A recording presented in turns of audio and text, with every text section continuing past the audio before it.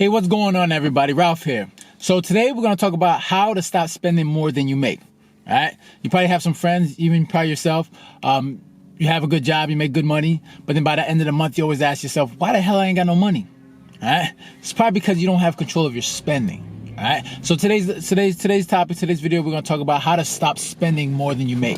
All right? So there's going to be like 5 ways I discuss. So that first one is going to be you have to create a budget. I know everybody doesn't like creating budget. Even myself, when I started a budget for myself, it took me a while to even just want to do a budget. It's not the sexiest thing in the world. It requires you to sit down, take time, and just plan out and figure out where your money's going. But in order to have control over your money, you have to know where it's going, what it's doing. All right. So I think the first thing is you must create a budget, right? Sit down, create a sheet, figure out how much you make in a month. If you make like $3,000 a month, boom, that's your income. And creating a budget, you want to make sure you want to write down all your expenses, everything that's being paid out each month. You need to know what you're paying for, how much it is, and if you need it.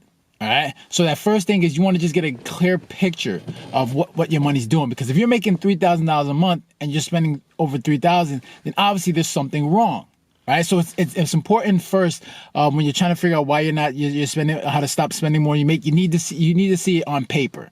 All right. You need to see it right in front of you. You make $3,000 a month, and then you're saying, all right, these are all the expenses. You need to create that budget because that's the most important thing. You need to see it. We're visual people, and we need to see what's going on in order to fix the problem. All right. The second thing is after you've created that budget, now you got to cut the fat. All right. And what I mean by cut the fat is get rid of unnecessary expenses. All right. So if you got any subscriptions that you just don't use, you want to get rid of that. If you got any gym memberships that you're not using, and I would expect you to get in the gym. I would never recommend that you not get in the gym. If you got a gym membership, get in the gym. But if you're someone that has a gym membership and you haven't been there for over 2 years, then it might be something you want to get rid of, because there's no point in having that gym membership and with the hope of you just probably going back to it. Get rid of the gym membership. Get rid of any unnecessary spending. All right, because it's important. You gotta make sure that you get. If you're making $3,000 a month, then you shouldn't be spending over $3,000 a month. You need to cut that down. All right, get those expenses down.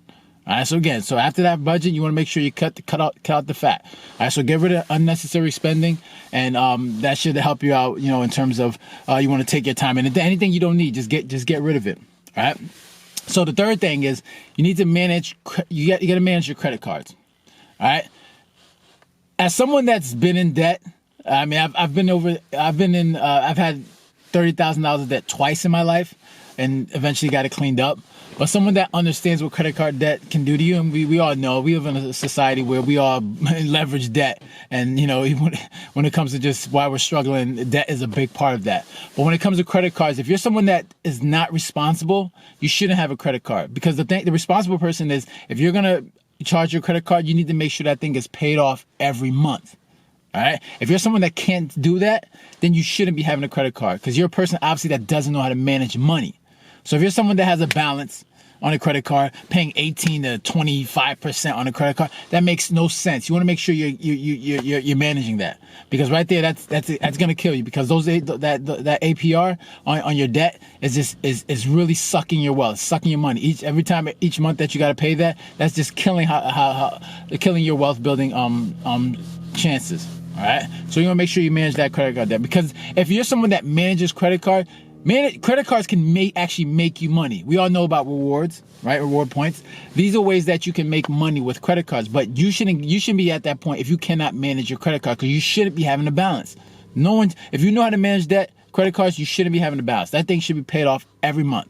All right. So now, as someone that's had over $30,000 of debt before, every month I use my credit cards, I acquire the points, I get the cash back bonuses, but I make sure that thing gets paid off every month. All right. And it took a little time to understand that, but once you learn, you get it, you make sure that thing is paid. And look, if you don't, and you shouldn't be spending credit cards. If you have $100 in your account, you shouldn't be spending over $100 on that credit card. You need to treat your credit card like a debit card. All right. Use your credit card for things that matter. Groceries, gas, things that you need that you're gonna spend already. Don't buy things like clothes. All right, you shouldn't be doing that. You spend it, if you're going to use a credit, spend it on things you already need, groceries. Okay, this is what I do it for. So you want to make sure if you're understanding how to manage your credit cards is the most important. Is one of the most important things. All right, so once you've done that, then the fourth thing is money allocation. For me, allocating my money with purpose helped me out in a big way. So what I mean by money allocation is, say if you make $5,000 a month, you don't want to just keep that $5,000 in just one account, because whatever's in that account you're gonna spend. You want to assign that money. You want to assign that money to buckets of accounts. So let's say you make $5,000 a month from your job. You want to make sure you create different accounts for it. So I'll have an account where I use like 15% for investing. I'll have another account where real estate investing. So the other account is for stock, investing in the stock market. The other one will be investing in real estate. I'll also have an account where if you like to travel, I'll create an account for traveling. All right. And I also have a living expense account. So this is where I pay like mortgages or rents, buy food, groceries, gas. These are just my everyday living expenses. So I would probably allocate like 40% of that $5,000 a month to that account. So I assign buckets. I assign my money. I put my money. I put my money to work. I put them in different places. So whatever's in that account, that's what I'm spending. So if you think about it, if you had that $5,000 in that one account, you're gonna spend whatever. You're gonna spend that money. All right. But if you create these different accounts and put your money in these places, then you're going to only spend what's there. So if you like to travel, you create an account for that travel account, then you're only going to spend what's in that account. You're not going to take that money from other places. So it helps with organizing yourself, organizing your money.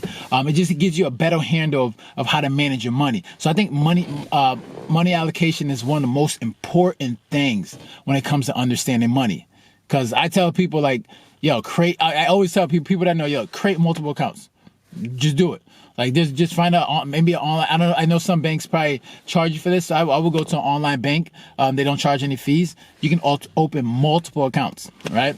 And just put your money there. Like, and I would say assign percentages to it.